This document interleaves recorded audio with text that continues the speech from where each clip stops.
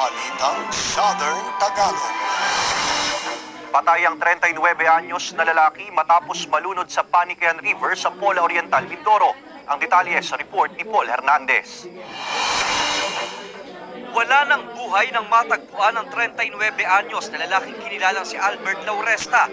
Linggo ng hapon, napaulat na nawawala si Lauresta matapos na maligo sa isang ilog sa barangay Panikihan, Pola Oriental, Mindoro. Ayon sa mga otoridad, mula sa itaas ng isang puno, tumalon umano sa ilog ang biktima at hindi na nakitang lumutang pa. Kaagad naman daw humingi ng tulong sa mga otoridad ang mga kasama ng biktima. Agad po tayong nagkandaka ng search and rescue doon sa nasabing nawawalang tao po. Sa lalim na 22 feet, natagpuan ang mga labi ng biktima sa tulong na rin ng diver mula sa Kabalik at Civicom. Ayon sa Coast Guard Oriental, Mindoro, posibleng nakainom ang biktima nang mangyari ang insidente. Base rin po dun sa nakalap na information, meron po silang 5 boteng alak na dala.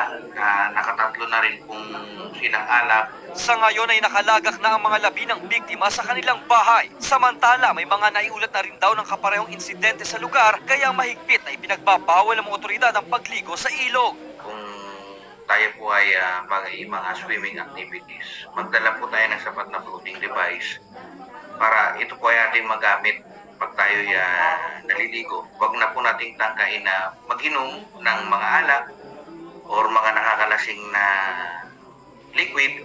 Ito po yung magiging possibility na pwede nating ikapahamak. Wag na po nating subukan at baka po buhay natin o ng ating mahal sa buhay ang maging kapalit kung mangyayari po yung mga hindi naasahang pagkakataon.